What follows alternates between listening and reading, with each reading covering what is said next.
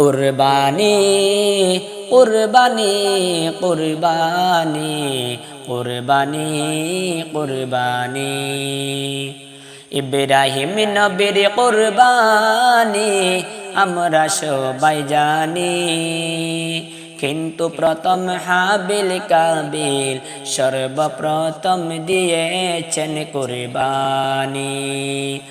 ইব্রাহিম নবীর কুরবানি আমরা সবাই জানি, হাবিল কাবিল সর্বপ্রথম দিয়েছেন কুরবানি। কুরবানি দিতে ইব্রাহিম নবীকে আল্লাহ বলেছিল, সাথে সাথে 101টা উট কুরবানি দিল।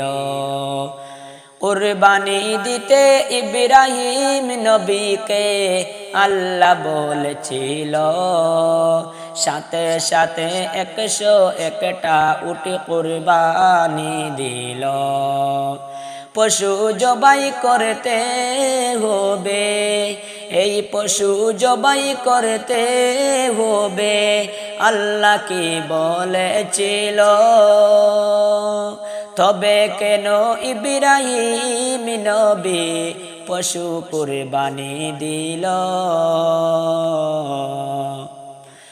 পশু জবাই করতে হবে, আল্লাহকে বলেছিল, তবে কেন ইব্রাহিম নবী পশু কুরবানি দিল?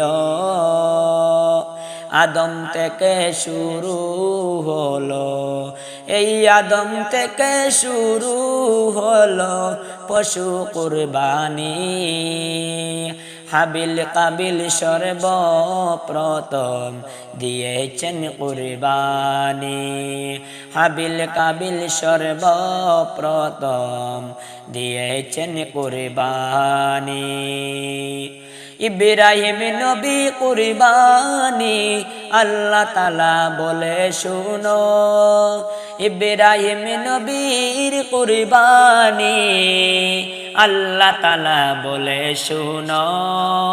আদম শাফিউল্লাহ, হাবিল কাবিল সর্বপ্রথম দিয়েছেন কুরবানি, হাবিল কাবিল সর্বপ্রথম দিয়েছেন কুরবানি।